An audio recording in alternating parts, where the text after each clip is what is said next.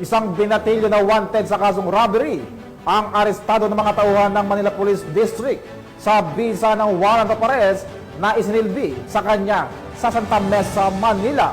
Mag-uula dyan si Patrolwoman Juby Jane C.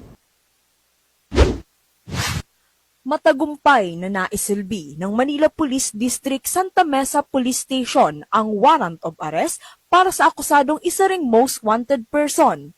Pinangalanan ng akusado na si Alias Tambe, 20 anyos, binata at residente ng Parcel Street, Barangay 630, Santa Mesa, Manila.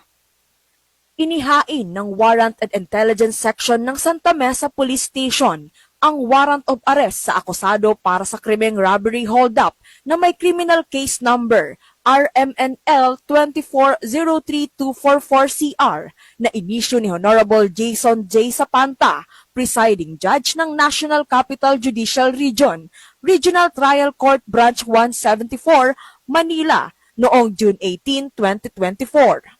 Sinisiguro naman ng MPD-PNP na hindi sila titigil sa paghahanap ng mga taong may pananagutan sa batas upang maibigay ang nararapat na hustisya para sa kanilang mga nabiktima. Mula dito sa Metro Manila, ako ang inyong PNN correspondent, Patrolwoman Juby Jane C., alagad ng batas, tagataguyod ng Balitang Pulis. Maraming salamat, Patrolwoman C.